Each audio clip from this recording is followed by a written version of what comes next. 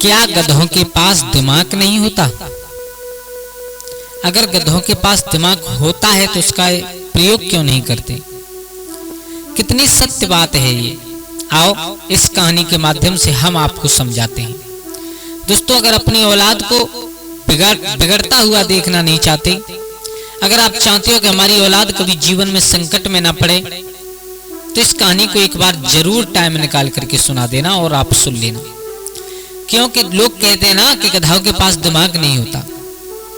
गधाओं के पास दिमाग होता है तो उसका प्रयोग क्यों नहीं करते? दोस्तों, आज इसी के ऊपर हम आप लोगों के सामने एक कहानी पेश करने के लिए जा रहे हैं, जो बड़ी ही ज्ञानवर्धक और बड़ी मोटिवेशनल कहानी है।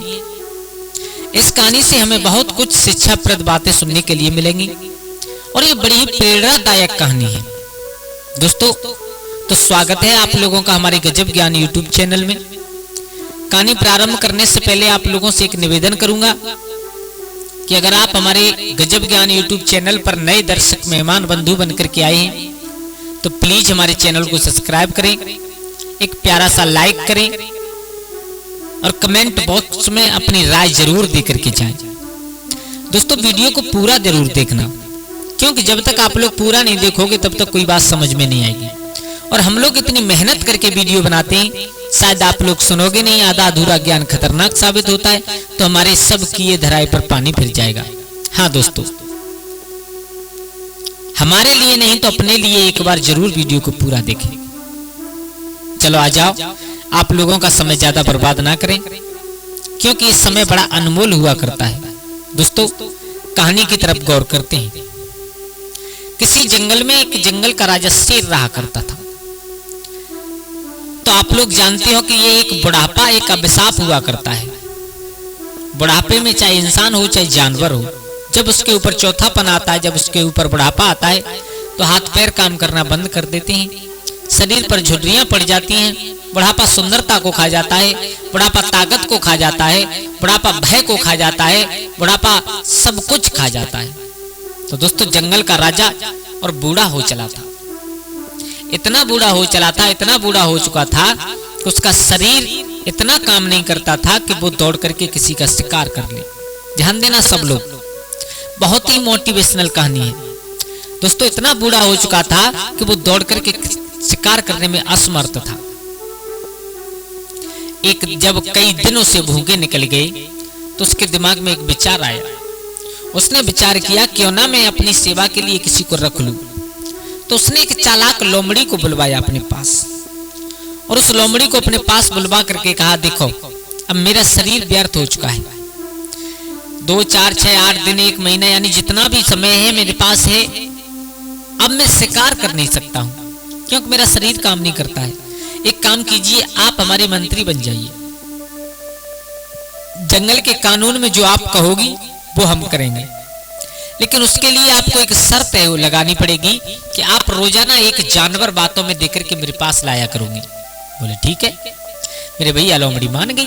अब आप लोग जानते हो कि लोमड़ी बड़ी चालाक हुआ करती है, बहुत, उसका शरीर बेशक छोटा होता है लेकिन दिमाग से बहुत चतुर होती है। तो लोमड़ी जब निकल करके चली शेर के सामने किसी शिकार लाने के लिए, तो उसे रास्ते में गधा मिल गया। गधा, उस गधा से कहा, भैया गधा। बोले हाँ, कहाँ जा रहे हो?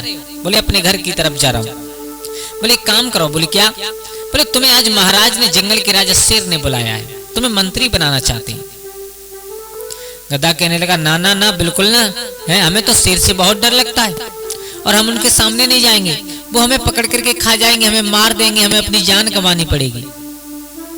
लोमड़ी बोली, तुम्हें नहीं मालूम है, तुम्हें अपनी शक्ति का, तुम्हें अपने दिमाग का, तुम्हें अपनी सुंदरता का तुम्हें खुद ही पता नहीं है कि तुम कितने सुंदर हो, कितने बलशाली हो, कितना दिमाग है तुम्हारे अंदर और कितने परिश्रमी हो।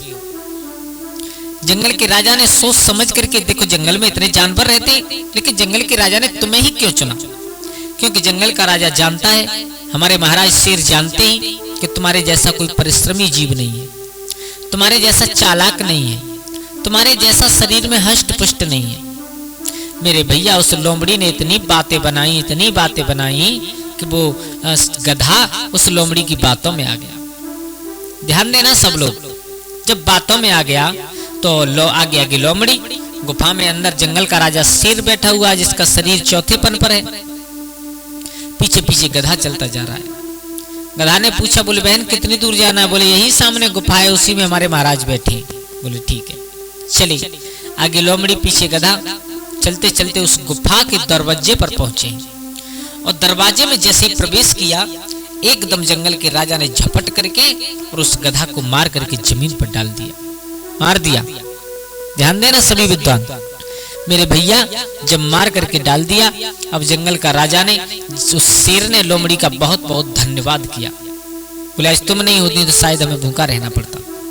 मेरे भैया बहुत तेज भूख लगी थी, 2-4 दिन व्यतीत हो गए थे। तो जैसे ही शेर उस गधा को खाने के लिए उद्गत हुआ, तैयार हुआ, एकदम लोमड़ी चिल्लाने लगी, महाराज पागल हो क्या? बोले क्यों? बोले मुझे मालूम है तुम्हें बहुत तेज भूख लगी है, लेकिन इसका कारण ये थोड़ा ही है कि तुम अपना कर्तव्य भूल जाओ। बोले कर्तव्य क्या है हमारा? बोले ये है कि जंगल के राजा को, हमारे महाराज को चाहिए कि वो स्नान ध्यान करके नहा धो करके भोजन करें। शेर ने कहा बिल्कुल सच कह रही हो। लोमड़ी बहुत चतुर थी मेरे भैया। शेर ने कहा अच्छा एक काम करना, तुम इस मेरे शिकार की रक्षा करना, इस पर निगाह बनाए रखना, हम अभी गए अभी आए नहा करके। बोले ठीक है। शेर चला गया। अब लोमड़ी बैठी उस गधा की तरफ देख रही है। भूख तो उसे भी लगी है, मन तो उसका भी हो रहा है खाने के लिए, लेकिन खाए तो खाए कैसे, क्योंकि जंगल के राजा का शिकार है। और इस जंगल में किसकी जरूरत जो जंगल के राजा के सामने से शिकार उठा ले जाए। एकदम लोमड़ी ने विचार किया जो होगा सो बाद में देखा जाएगा। और देखो मेहनत मैंने की है, इसे बातों में देख करके मिलाई, तो इसके सबसे अच्छे सबसे बढ़िया गोश्त पर मेरा अधिकार होगा। इतना कह करके लोमड़ी ने उस गधा का सिर खोल दिया और उसमें जो दिमाग था उस दिमाग को निकाल करके खा गई। ध्यान देना सब लोग, जब जंगल का राजा स्नान ध्यान करके लौट करके आया तो उसे गधा को देख करके ही मालूम पड़ गया कि इसमें थोड़ा सा कुछ अंग कम है। एकदम कहा, और तब तक नजर पड़ गई जो गधा का सिर खुला हुआ था। एकदम कहने लगा यहाँ कौन आया था है? इस गधा का सिर किसने खोला है? लोमड़ी हाथ जोड़ करके बोली महाराज किसकी हिम्मत है जो महाराज की गुफा में आ जाए है? महाराज देखो जब आपने इस पर जिसे मारा था ना, इस पर झपट्टा मारा था ना, तो तुम्हारा पंजा और इसके सर पर लग गया, तभी इसका सिर खुल गया था। शेर ने आंख मूंद करके विश्वास कर लिया लोमड़ी पर। दोस्तों अब जैसे धीरे धीरे शेर आगे बढ़ा गधा के पास पहुंचा तो क्या देखा, गधा शेर बड़े प्यार से उस गधा को खाने लगा। खाने का नंबर ही लगाया था कि तब तक शेर की नजर पहुंच गई। एकदम चिल्ला पड़ा, ए लोमड़ी इधर आ, इधर आ, तूने मेरे साथ विश्वासघात किया है? ये बता, तू कह रही है कि मेरे हाथ से और इसका सर खुला है, तो ये बता इसका दिमाग कहाँ चला गया है? इसका दिमाग कहाँ है? एकदम लोमड़ी ने हाथ जोड़े, महाराज तुम अभी नहीं समझ पाए हैं? गधों के पास दिमाग होता ही नहीं है, ये दिमाग गया कहीं नहीं है। अच्छा खा तो लोमड़ी गई उसे, लेकिन बात बना रही है महाराज इन गधों के पास दिमाग होता ही नहीं है। अगर इनके पास दिमाग हो तो ये पूरे दिन बोझ क्यों लदे? अगर इनके पास दिमाग हो तो इन्हें गधा ही क्यों कहा जाए? अगर इनके पास दिमाग हो तो महाराज ये स्वयं शिकार बनने के लिए आपके सामने नहीं आ जाता मेरी बातों में आकर के। इसलिए मेरा तो यही कहना है कि गधों के पास दिमाग होता ही नहीं है। शेर की बात समझ में आ गई, बोली सच कह रही है लोमड़ी तू, अगर इसके पास दिमाग होता तो ये यहाँ पर मरने के लिए स्वयं चल करके नहीं आता। दोस्तों अगर हमारे पास दिमाग है, जैसे भगवान की ऐसी कृपा है कि कोई ऐसा नहीं है जिसके पास दिमाग ना हो, हाँ किसी का थोड़ा ज्यादा चलता है और हमारा थोड़ा कम चलता है, बस अंतर इतना ही है। तो दोस्तों अगर हमारे पास दिमाग है, भगवान ने हमें दिमाग दिया है, तो उसका इस्तेमाल जरूर करना चाहिए, जरूर।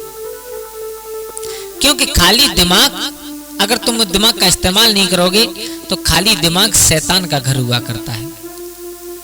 अगर तुम उसे चलाओगे नहीं, उससे काम नहीं लोगे, तो फिर वो लड़ाई झगड़े की तरफ अपना मन ज्यादा करेगा, तुम्हारा दिमाग उस तरफ ज्यादा चलेगा। दोस्तों तब इंसान कहते हैं कि गधों के पास दिमाग नहीं होता है, लेकिन होता है, लेकिन वो इसका प्रयोग नहीं करते। दोस्तों कैसी लगी आप लोगों को हमारी ये कहानी? अगर अच्छी लगी हो तो प्लीज हमारे गजब ज्ञान यूट्यूब चैनल को सब्सक्राइब करें और हो सके तो अपने परिवार और दोस्तों के साथ शेयर जरूर करें। आज के लिए बस इतना ही। कल फिर मिलते हैं किसी एक नई कहानी, एक नई चर्चा के साथ। तब तक के लिए सभी लोग आनंदित रहें, खुश रहें। जय श्री राधे, जय श्री राम।